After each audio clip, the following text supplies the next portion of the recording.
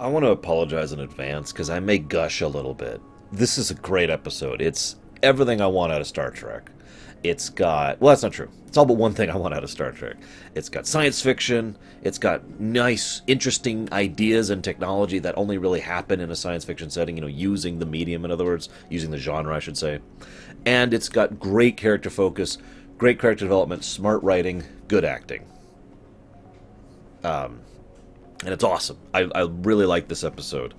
In complete contrast to last week's episode, usually when you look at a list like top Star Trek or top Voyager episodes, Lifeline is towards the top of that list, and I agree. It's an absolutely amazing episode. And we've got Dwight Schultz. It's always a treat to see him. Robert Picardo. I know some of you aren't really a fan of the Doctor, but I still think Robert Picardo is a phenomenal actor, so it's great seeing him both as Zimmerman and as the Doctor. And we even have Marina Sirtis, and I'll talk a little bit more about her later, but this is very much a bottle show, too. An episode that is fairly self-contained, and yet the funny thing is it doesn't make the literal definition of a bottle show because of two big reasons. One, because this will actually have consequences later, and two, because of the fact that they actually spent a fairly large amount of budget on this episode, getting Marina Sirtis on, getting the two guest stars on in addition to her, and quite a few new sets, too, that had to be basically thrown together out of the existing holodeck set. So it's not actually that cheap, and it has consequences. Yet it feels like all of the best aspects of a bottle episode. In other words, very well confined, very tightly focused. It's all about these characters. We see little bits of Barclay. He's mostly a secondary character. We see little bits of Haley, and we see little bits of Deanna Troi. But it's really all about the Doctor and Zimmerman. Now, this is actually the third time, I think, that Robert Picardo has played Zimmerman, Louis Zimmerman. He played him over on Deep Space Nine, actually, in a fairly amazing episode. I can't wait to talk about that one. And he played him much, much, much, much earlier in the episode, The Swarm, which was half of a good episode. But this is the first time he's really gotten to really play this take on Zimmerman, because we saw Zimmerman over on Deep Space Nine. This was before the marks were really being tossed out, and before things had been happened. He hadn't really had all the events happen to him yet. I don't want to really get into that just yet. In fact, I had to make several of my notes point down for when I want to talk about them, but just let that sit in the back of your mind. Another thing this episode does great is it establishes a first for Voyager: regular, repeated contact with home. I don't know how many of my viewers would understand what that means. I know what that means. I've been there myself. I have a very strong sense of home. It's just, for me, home is not a location. Home is people. And there are people that I haven't seen in the better part of a year or two, or more in some cases. And the ability to regularly contact those people is a huge boon to my existence. I talk with my mom daily at this point, actually, because she finally got a cell phone. And I talk with my dad regularly. I talk with my grandparents regularly. And the ability to contact that. Imagine if you're apart from them from, I don't know, about 6 years, give or take. Imagine if for 6 years you don't get to contact whatever your home is to you, whether it be a place or people or even an idea. Now imagine all of a sudden you not only get contact with them, you get regular contact with them. Once a month has got to be like a relative metaphorical feast for the crew of Voyager. And the actors do a great job of showing just how happy they are at this overall circumstance. And they even use this to good effect. So let me take a segue here for a moment. I've talked many, many, many times against the concept of padding in all aspects of my show, whether it comes to television, movies, books, or games, right? I despise padding. I despise needlessly padding things out for no benefit. This is a great example in this episode of not padding. In other words, you need to elongate the episode, but you want to do something with it. We see a scene where Janeway is seeing a message from Admiral Hayes. He's actually a semi-regular. He's played Admiral Hayes a few other times in Star Trek. And he says, we want to know what's going on with the Maquis situation. Janeway's reaction to that is beautiful, and so is Chakotay's. Now, of course, the writers and probably the viewers have forgotten that the Maquis were ever a part of Voyager. Lord knows they just kind of immediately, as of the third episode, the distinction between Maquis and crew was only acknowledged like a handful of times from then to now in 6 years. But that's kind of the point. They use that. Janeway actively says, I didn't really think of you as Maquis. Thought of you as my crew. Thought of you as part of the ship, part of the family. And we've seen this just 2 episodes ago. Muse, right? B'Elanna Torres, a Maquis, and had all the crew, including Janeway, including Chakotay, including Tuvok, all of them were really trying and desperately needing, hoping to get their family back in a Maquis member. So this is a really nice tie into that, and showcasing how far they've come, which is actually probably the only well-executed usage of the Maquis on this show. That's a lie. Worst case scenario was pretty good, too. The funny thing to me, though, is then Chakotay says, we hadn't forgotten. I find myself wondering what that sentence means. Because I think what it means, this is just my interpretation, I'd love to hear your thoughts as always. I think what it means is that Chakotay and the other Maquis don't think of themselves as Starfleet. They think of themselves as a part of Voyager. Big distinction there. That when they get home, what happens to them is up in the air. But for right now, they're home. Oh, that brings up another interesting point. I want you to let this sit in the back of your mind, because this is going to be relevant through several episodes in the future, and most especially in the last episode, Endgame. Terrible, terrible name, but whatever. So I want you to keep this point in mind. It is mentioned outright and bluntly that if not for the fact that Voyager got stuck in the Delta Quadrant, the Doctor would have never been the Doctor.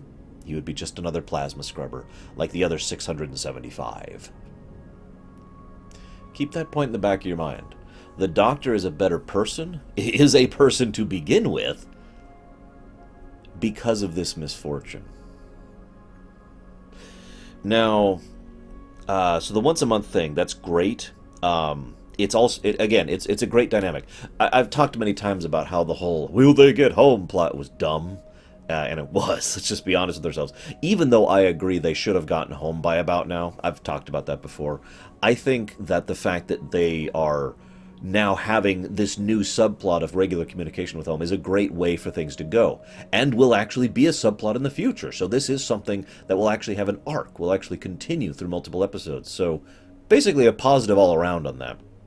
I like how Barclay specifically reached out to the Doctor, by the way.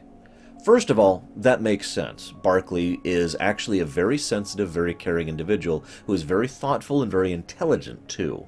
He's the kind of person who it would occur to him, whereas it would not occur necessarily to everyone, to that the Doctor would probably care about the fate of Zimmerman. And Barclay would feel more comfortable giving a message of that personal nature to a hologram, and Barclay would be the kind of idealistic individual, he is very idealistic, that he would actually hope that just maybe the Doctor could come up with some kind of way to make things better.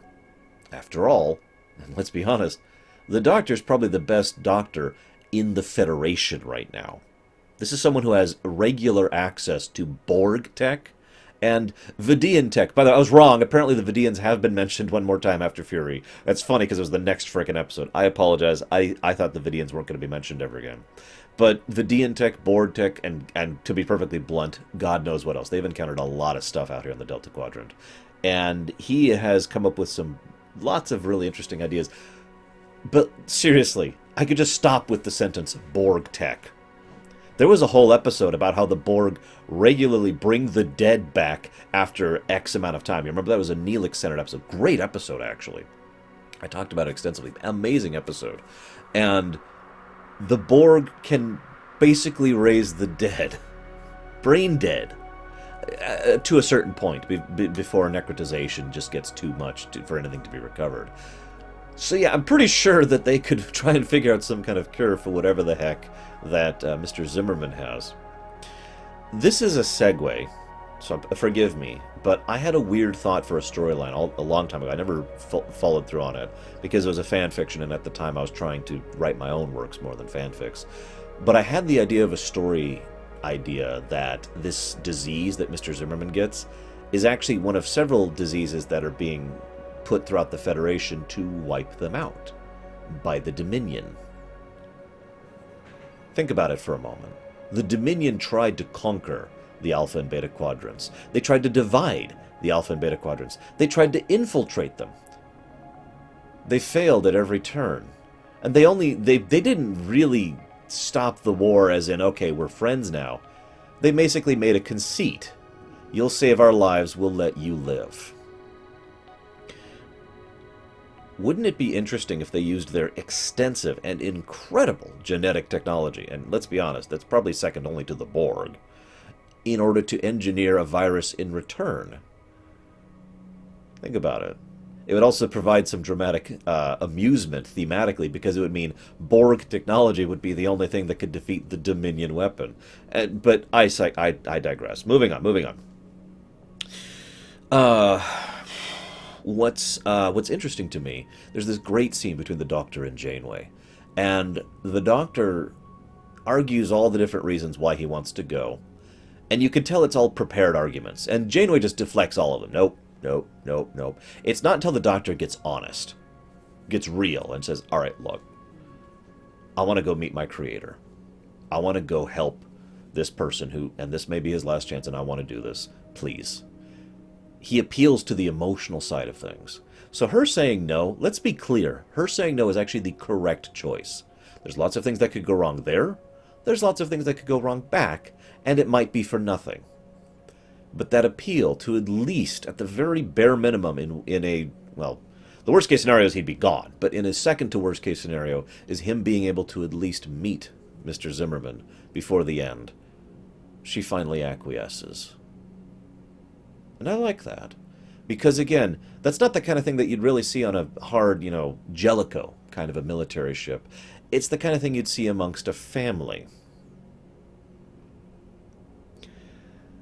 I find it funny, Barclay's and Zimmerman's different perspectives when the Doctor shows up. Barclay is ecstatic, happy, joyful, he's, oh my god, this is amazing. Not only is he actually here, but he might actually have hope. It's pretty clear, and we see this later, that Barclay and Zimmerman are actually pretty close. It's likely, to be blunt, Barclay is probably Zimmerman's only flesh and blood friend. I would not be surprised if that was the case, legitimately. And Barclay, similarly, doesn't really strike me the person as who has a ton of friends. But again, one thing we know about Barclay, thanks to TNG, is the fact that the friends he does have, he's pretty close to. So he obviously cares a lot about Zimmerman. And so he's just, I can maybe help my friend. Something I did, maybe I did a good. So he's excited that he did something that might have worked, and he's excited that it might work to begin with. So he's just enthused and happy and exuberant. And then we see Zimmerman's perspective, which he lays out for himself much later, and very, very bluntly. See, the thing is, Deanna Troi later uses the argument that if you had to be treated by someone who was using outdated technology, you wouldn't want to, would you? But that's not Zimmerman's real opposition, is it? I'm going to build up to this and talk about it later. But Zimmerman sees the face of his greatest shame staring at him in the face. Think about how that must have felt to him. I'll talk more about that later. I find something interesting, by the way, speaking of Reg. He seems very comfortable with Troi in basically every aspect in this episode. I like that. Not because of anything that Reg ever was crushing on her. That's obviously was just like a puppy thing that went away. Probably within the first episode Reg was in, all the way back in Hollow Pursuits or whatever it was. His first episode. No, what I find interesting is that Reg gets very close to the friends he's close to. That Reg has reached a point where he is now actually comfortable around Deanna Troi. That he has no problem being himself around her. He doesn't have to constantly be nervous or fidgety or whatever. I like that. It's just a nice touch. And, of course, Dwight Schultz plays it perfectly. I point that out because it's interesting, because even though he clearly cares about Zimmerman, he's much more nervous around Zimmerman. Food for thought. The Maquis, I already mentioned that. I hate to point this out. Troi puts on kind of a poor showing in this episode. Actually getting frustrated and running out of a room that's not really something a counselor probably should do unless it's part of a deliberate ploy. And as we've discovered, that is not. That was actually my first thought when watching this, that she was trying to pull something, like she later did. She did actually pull a ploy later on, which worked, so woo. But I don't mean that as an insult of Marina Sirtis. Actually, I think she did a good job in this episode and overall portrayed herself about as well as she could have. It is funny to me that Marina Sirtis' natural accent came through a lot more in this episode than normal. You get the impression that she wasn't used to suppressing her accent, so she was just suddenly asked to, and it's like, okay, hang on. I always wondered why they asked her to suppress her accent. That never clicked with me. I've heard her natural voice. It works fine. I don't see why they were like, no, the counselor can't have that accent. It's just weird. I mean, it would be even easy to explain. Remember, she has a human father. He could have had that accent. You know, I'm just saying. Moving on. Troy, nevertheless, is some example of good writing. Why? Because she doesn't just serve as a plot point.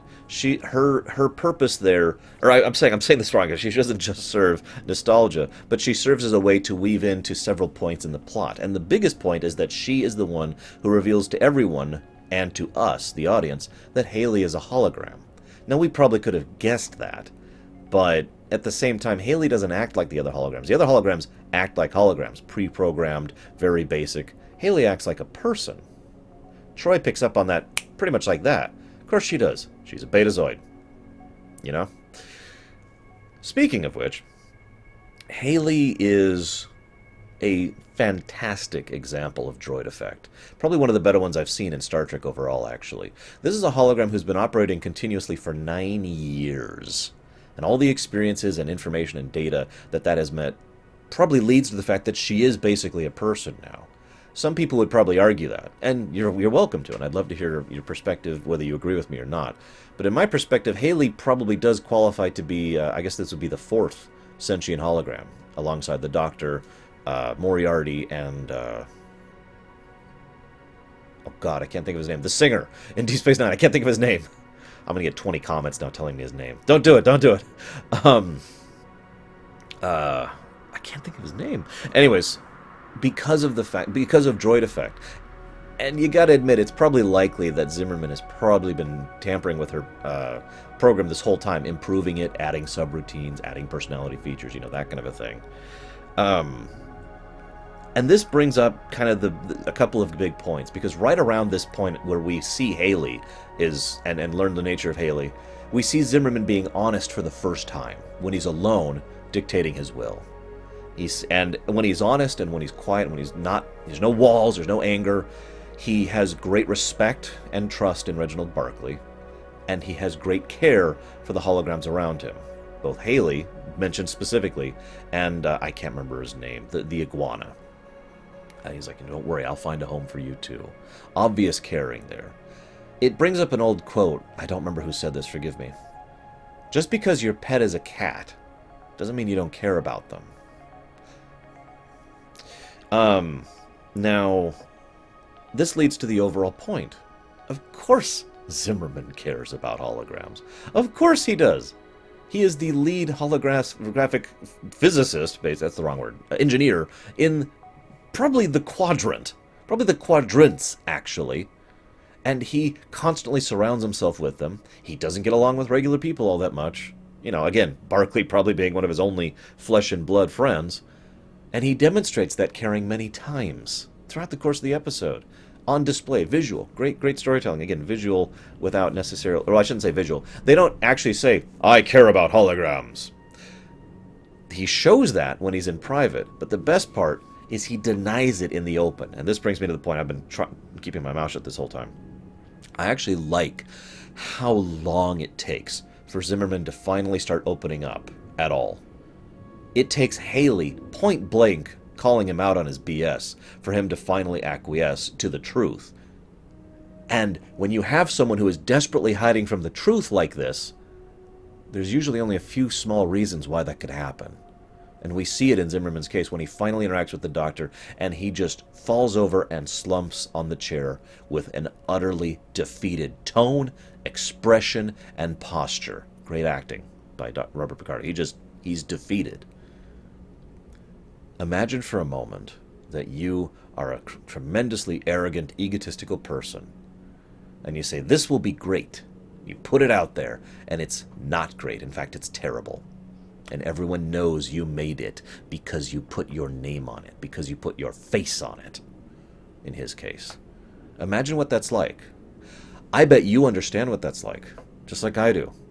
You and I may not have some big, massive ego like Zimmerman did, but it's not hard to understand being proud of something, having a great deal of investment in something, really caring about something. I look at this great drawing I drew. Look at this great piece of music I wrote.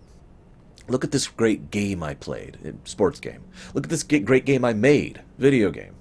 Look at this great... You get the idea. And then other people look at it, and they say it's junk. I bet you know what that feels like just as much as I do. So it's not hard to understand and sympathize with Louis Zimmerman, is it?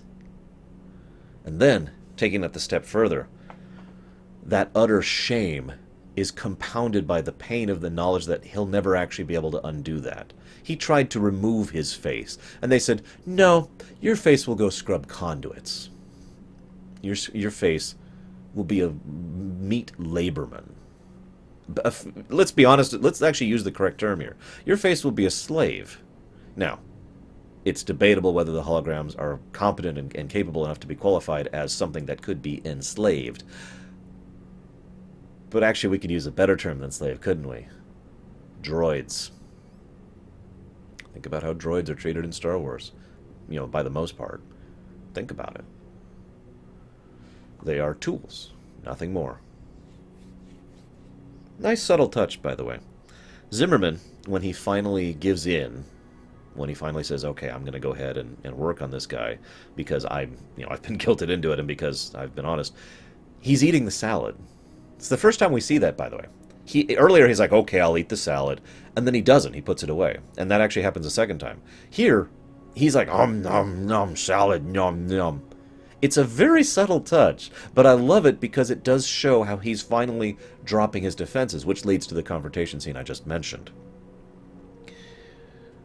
See, the funny thing is, it's so easy to understand this because he's hiding from his own pain and shame by basically embracing the biggest lie. And it's...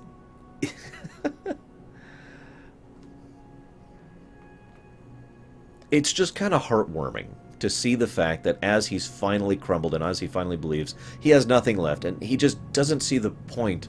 His defenses have already been lowered. He doesn't see the point in lying to her. He flat out says to the doctor what's going on. And the doctor says, please let me treat you.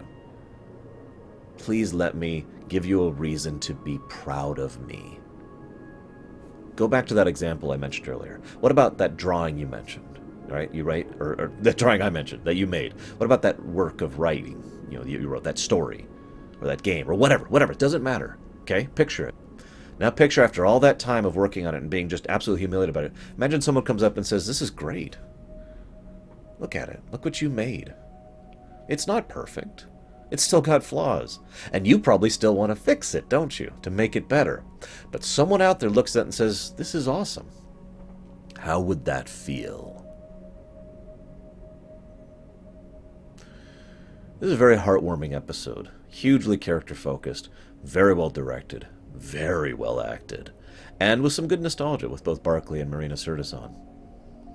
If every Voyager episode was like this, it might actually be able to knock TNG out of the park, to be blunt. As is, I guess we'll just have to accept how amazing this one is and move on to the next week. I'll see you next time, guys.